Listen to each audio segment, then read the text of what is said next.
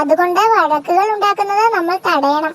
കാറ്റിൽ സമാധാനം നിറഞ്ഞു തുളുമ്പണമെങ്കിൽ നമ്മളും മുൻകൈ എടുക്കണം. വഴക്കുകൾ എവിടെയെങ്കിലും കണ്ടാൽ അത് പരിഹരിക്കണം, ഉടനെ ഉപദേശിക്കണം. എന്താ, എന്തു പറ്റി? ഇവൻ എന്നെ വെറുതെ തോണ്ടി, ഇവനും എന്നെ തോണ്ടി. വഴക്കുകൾ കണ്ടാൽ തീർക്കണം, അവരെ ഉപദേശിക്കണം. ശരി അപ്പൂപ്പ. പിള്ളേരെ, ഞാൻ നിങ്ങളെ ഉപദേശിക്കാൻ പോവുകയാ. ഇങ്ങനെ വഴക്കിടരുത്. വഴക്കിടാതിരുന്നാൽ കാട്ടിൽ എന്താണ് നിറഞ്ഞു തുളുമ്പുന്നതെന്ന് അറിയാമോ?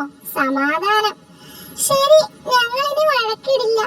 ശേരിക്കടുവായി ഞങ്ങളുടെ വഴക്ക് തീർത്തു. അല്ലെങ്കിലും ശേരുവിനൊരു നല്ല മനസ്സുണ്ട്.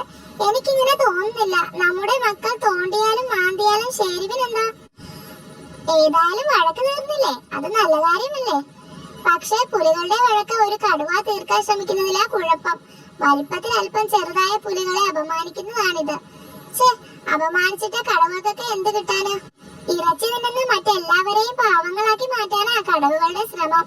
ഷെടാ, ആ ചിന്ത തന്നെ ശരിയല്ല, ഞാൻ എതിർക്കും. ആഹാ, നിങ്ങളെ പോലെ ചിലർ ശേരുവിന്റെ പിന്നിലുണ്ടെന്ന് എനിക്ക് അറിയാമായിരുന്നു. ഞാൻ ആരുടെയും പിന്നിലല്ല കേട്ടല്ലോ. മുന്നിലായാലും പിന്നിലായാലും എതിർത്താൽ അടിച്ചൊതുക്കും. അമ്പടാ, അതൊന്ന് കാണണം. പിടിയടാ, അടിയടാ, കടിയടാ, ഇടിയടാ. അപ്പൂപ്പ, ഇവരിൽ ആരെയാ ഉപദേശിക്കേണ്ടത്?